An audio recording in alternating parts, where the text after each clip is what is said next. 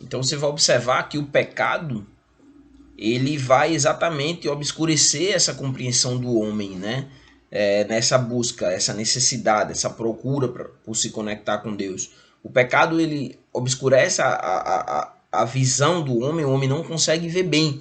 Então, quando ele tenta essa conexão com Deus, ele vai fazer essa conexão, mas ele se conecta de forma deturpada, né? Ele não consegue ele não consegue se conectar plenamente. E a gente vai ver mais na frente por quê. Paulo observa exatamente isso em Atenas. Paulo olha e ele vê a religiosidade desse povo, ele vê exatamente que esse povo era extremamente religioso, buscava essa conexão com o transcendente, com o sagrado, né? Em Atos 17:22 ele diz: então Paulo se levantou-se na reunião do Areópago e disse: ateniense, vejo que em todo aspecto vocês são religiosos, né? Então você vê que os atenienses, ele em todos os aspectos ali que Paulo observa, possivelmente da vida deles, né? Paulo vê um povo ali muito religioso, um povo que buscava essa conexão com o transcendente. Davi vai mostrar também que existe esse anseio, né? Esse anseio por Deus, né? Esse suspiro da alma, essa necessidade de conexão da alma humana com relação a Deus, né? E ele vai dizer assim no Salmo 42:1: como o servo brama pelas correntes das águas, assim suspira a minha alma por ti, mostrando exatamente essa procura, essa necessidade de se conectar com Deus, né?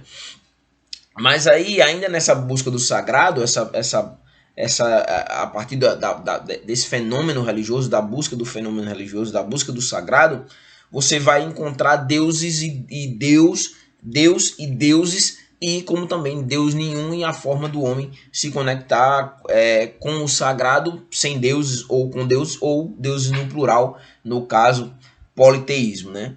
Então, o que você observa? A partir do estudo das religiões, quando você vai estudar, compra um livro de história das religiões, você vai ver que em todo lugar do mundo, em todos os lugares, você vai encontrar essa busca por se conectar com Deus desde o princípio, né? Vou dar um exemplo aqui, bem interessante.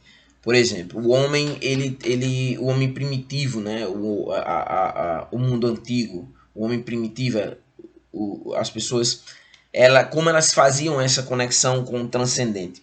E essa conexão era feita, por exemplo, o homem ele estava, por exemplo, num rio, né? E ali de uma hora para outra, vamos dizer, acontece uma cheia lá em cima e aquele rio sai descendo ali e ele está observando, e ali acontece algo, por exemplo, onde aquele rio, as águas acabam fazendo um movimento ou alguma coisa, e ali ele associa a uma manifestação além da compreensão. Então, a partir dali, ele cria uma religião com adoração à água, ao rio, ou, por exemplo, o raio, né? Essa pessoa se encontra no lugar e aí vamos dizer que de uma hora para outra um raio cai ali e o raio quebra o galho de uma árvore, ele passa a adorar aquela árvore. E assim sucessivamente, a partir das experiências que o homem vai tendo com o seu ambiente, ele vai fazendo essa conexão com o transcendente, isso também dependendo do seu emocional, dependendo da sua convivência existencial, e o momento que ele se encontra, ele vai fazendo essas conexões e ligando ao sagrado, ao transcendente, aquilo que está além de você. Então, em todos os lugares, em todas as eras, sempre vai haver a religião, sempre vai haver os objetos de adoração e sempre vai haver uma tentativa do homem de chegar até Deus, né? Paulo observa agora que, no caso, esses deuses, no caso de Atenas, não eram deuses verdadeiros, né? Mas eram deuses falsos, né? Então, como o homem não consegue ter uma compreensão plena por causa do pecado, ele vai tentar fazer essa conexão com Deus. E essa conexão com Deus, ele acaba fazendo adorando aos deuses falsos, né? Em Atos 17:16 vai dizer, enquanto esperava